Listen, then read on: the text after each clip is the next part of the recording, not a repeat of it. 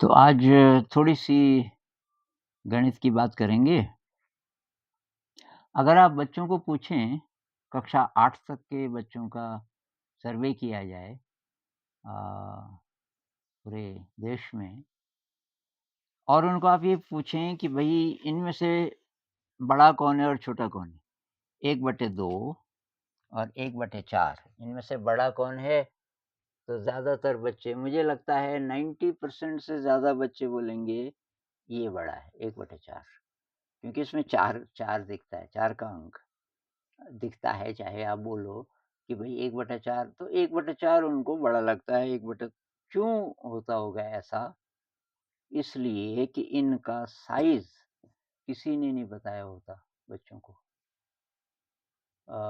बहुत कम ऐसे स्कूल होंगे, कुछ 100 में से 1 स्कूल शायद ऐसा होगा, जहाँ बच्चों को साइज़ रियल किसी चीज़ से बताया जाए, उनको दिख जाए कि भई 1/2 बड़ा है और 1/4 छोटा है।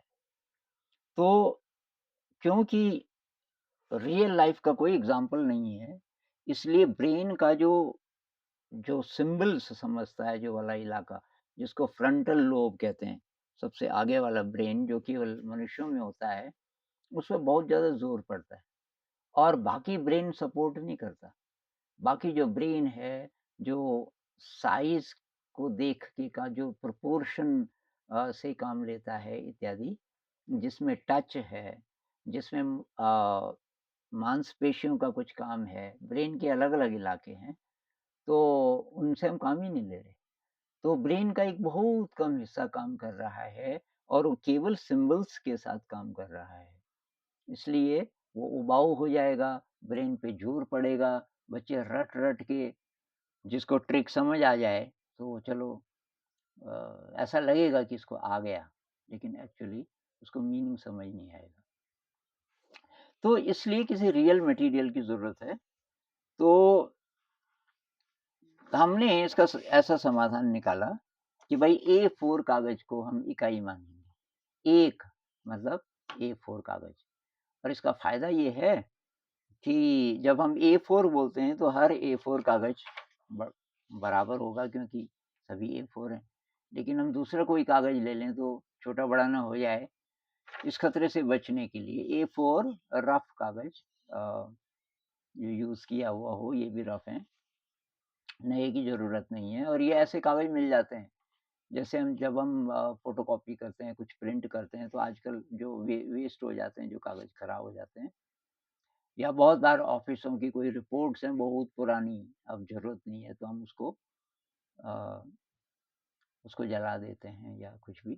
तो ये मतलब ऐसा मटीरियल है जिस पे पैसा खर्च करने की ज़रूरत नहीं। तो भई इसको आपने 1 अगर माना, तो 1/2 तो हम यहाँ क्या बोलते हैं कि पहले बोलो 1/2 तो बाँटे यहाँ लोकल भाषा में और बहुत जगह हिंदी में भी बाँटे का मतलब होता है हिस्से, हिस्से। तो 2 बाँटे करने हैं भई इसके, मतलब 2 भाग करने हैं, 2 हिस्से करने हैं, ये हो गया। अब जितने आपने बाँटे किए, जितने बाँटे किए, उसको लिखते हैं नीचे, 2 बाँटे किए और जितने आपके हाथ में हैं, उसको उसको ये रिप्रेज़ेंट करता है ऊपर वाला। तो 1/2 का मतलब आपने बाँटे 2 किए, 2 बाँटे में से ये 1 है, 2 बाँटे में से ये 1 है। तो जैसे इसको बोलते हैं अंश और इसको हर, तो अंश का मतलब कितने टुकड़े। इंग्लिश में बोलते हैं न्यूमरेटर, न्यूमरेटर मतलब नंबर कितने, 1 की 2 की 3 कितने हैं आपके हाथ में। डिनोमिनेटर का मतलब साइज़, उसका रफ़ली आप मीनिंग समझ लो इस कॉन्टेक्स्ट में कि भई साइज़ कैसा है। साइज़ अगर 2 बना 1 के 2 बना के निकला, तो वो बटे 2 वाला साइज़ है। बाँटे 2 किए थे आपने और 1 का मतलब आपके हाथ में 1 है। तो ये है 1/2 और ये दूसरा भी उतना ही बड़ा है, तो ये भी 1/2। मैं दोनों को अगर हाथ पे पकड़ूँ तो ये हुआ 2 2 और ये 2/2 है, लेकिन मैं इसको चिपका दूँ तो ये 1 हो जाएगा, इसीलिए 2/2 को 1 भी कहते हैं। तो ये बात जब बच्चा देखेगा तो उसको समझ आएगा। अब ये अगर बच्चे को समझ आ गया कि बट्टे मतलब बाँटे, तो आपने बोला 1/4 तो क्या करना है? तो भाई 4 बाँटे करने हैं, तो इसके 4 बाँटे करेंगे। 4 बाँटे करेंगे, चलो इसको मैं रहने देता हूँ। शुरू में जब आप बच्चों को बताएँगे तो तब पूरा कागज़ लेना है ये और इसके 4 हिस्से करेंगे अब हम। तो 4 बाँटे, ये 2 हो गया और 2 दूनी ये 4 हो गया। 1 के जब हम 4 बाँटे करेंगे और उसमें से 1 को ले लेंगे, 1 को ले लेंगे तो इसको बोलेंगे 1/4 क्योंकि 1 के हमने 4 हिस्से किए। ये एक शीट है, उसमें बच्चे नाप के भी देख सकते हैं। कोई-कोई बच्चे ज़रा जल्दी नहीं समझते, तो भई इसे नाप के देख, ये 4 किए ना, 4 में से 1 है, इसको बोलेंगे 1/4। अब आप दोनों को हाथ में पकड़ लीजिए। ये क्या था भाई? ये था 1/2। ये क्या है? ये 1/4। बड़ा कौन-सा है? अब जब आप पूछोगे बड़ा कौन-सा है, तो ब्रेन का जो हिस्सा साइज़ के साथ काम करता है, तो या विज़न के साथ ऑक्सीपिटल लोब जिसको कहते हैं, तो वो काम कर रहा है। वो साइज़ को देख के तुरंत बोल देगा ये वाला कौन-सा था? अच्छा 2 किए थे, 2 में से तो ये 1/2 है। छोटा कौन-सा है? छोटा ये वाला है। कैसे बोल दिया उसने? साइज़ देख के। ये जो है छोटा छोटा है ये 1/4 था, 4 में से। तो ब्रेन का एक काम चलाऊ चित्र मैंने बनाया है और इससे ये बात समझी जा सकती है कि जब हम ये इनका यूज़ करेंगे जिसको देखना पड़ेगा आपको, केवल आवाज़ ही आवाज़ से नहीं पता चल रहा।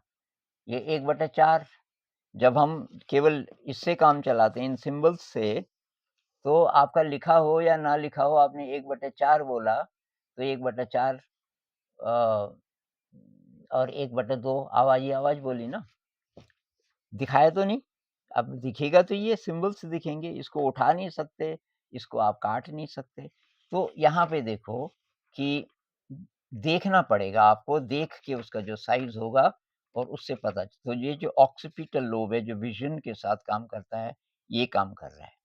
टच जब आप कैंची से काटोगे और बच्चों को भी दोगे कागज़ कि भई इसमें से इतना काटो, इतना काटो। तो ये जो टच वाला जो हिस्सा है, पेरिटल लोब जिसको बोलते हैं, टच है, सेंसेशन है, उसके साथ ही जुड़ा हुआ है और ये फ्रंटल लोब तो है ही जो हमारा थिंकिंग का काम करता है और इसमें इमोशन भी अगर आप कहानी डाल दो तो इमोशन भी आ जाएगा।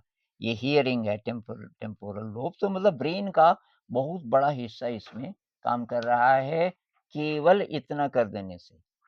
अब आप इसमें कहानी जोड़ सकते हो। आप कहानी जोड़ सकते हो कि भई आप शुरुआत भी कहानी से कर सकते हो कि एक बार क्या हुआ 2 बच्चों को अ, इनाम दिया किसी ने, उन्होंने कोई अच्छा काम किया था। किसी आदमी को डूबने से बचाया, इन 2 बच्चों को तैरना आता था, कोई बाहर का था, आया हुआ और वो नहाने लगा टूरिस्ट, उसको तैरना नहीं आता था, कोई भी कहानी बना लीजिए।